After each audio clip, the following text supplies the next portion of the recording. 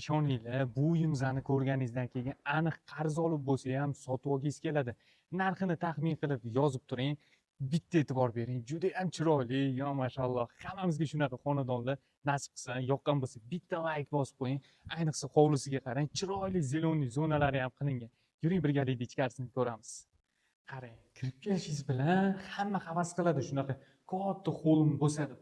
Qarang, bu yoq tomonimizda birinchi xonasi, mehmonxona joylashgan, remontlariga bitta e'tibor bering. Chiroyli qilib qo'yilgan. Shu uyimizdagi mebel, texnika hammasi tashlab ketiladi.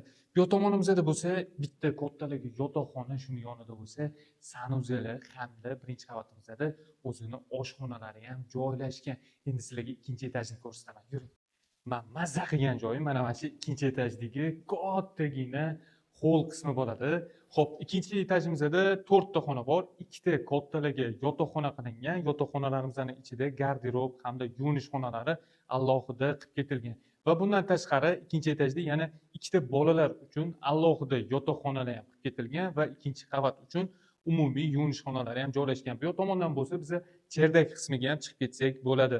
Uyimizni podval qismi yaxlit 3 ta xonaga bo'lib remontlari qilib qo'yilgan. Xo'p, maydoni 4 sotiq 520 kvadrat. Narxini hech bildiryapsizmi? $400,000 so'rayaptilar. Yana kelishiladigan joyi bor. Lokatsiyasi Qibray tumani. Xo'p, bu yoq tomonga ketadigan bo'lsangiz, TTZ Karzinkaga chiqib ketasiz. Bu yoq tomonimizda bo'lsa, Chirchiq, ya'ni Do'rmonga ham o'tib ketsanglar bo'ladi. Pastda egalarining telefon raqamlari narxiga arziydimi? Arzisa bitta like bosib qo'ying. Lokatsiya Telegram kanalimizda.